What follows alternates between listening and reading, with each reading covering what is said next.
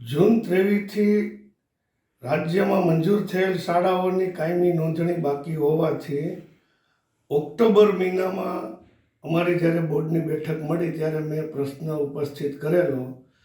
ત્યારે બોર્ડે મને જવાબ આપેલો કે જૂન 23થી 133 જેટલી શાળા મંજૂર થઈ છે.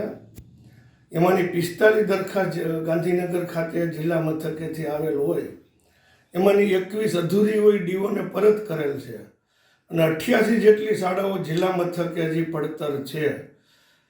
ત્યારે એવો નિર્ણય કરવામાં આવેલો 30 દિવસમાં જો આવી ફાઇલો ન આવે તો ડીઓને રૂબરૂ બોલાવી નિર્ણય કરવો. આમ છતાં આજે 120થી વધુ દિવસ થયા, હજુ સુધી અમુક શાળાઓનો નિર્ણય આવેલ ન હોય.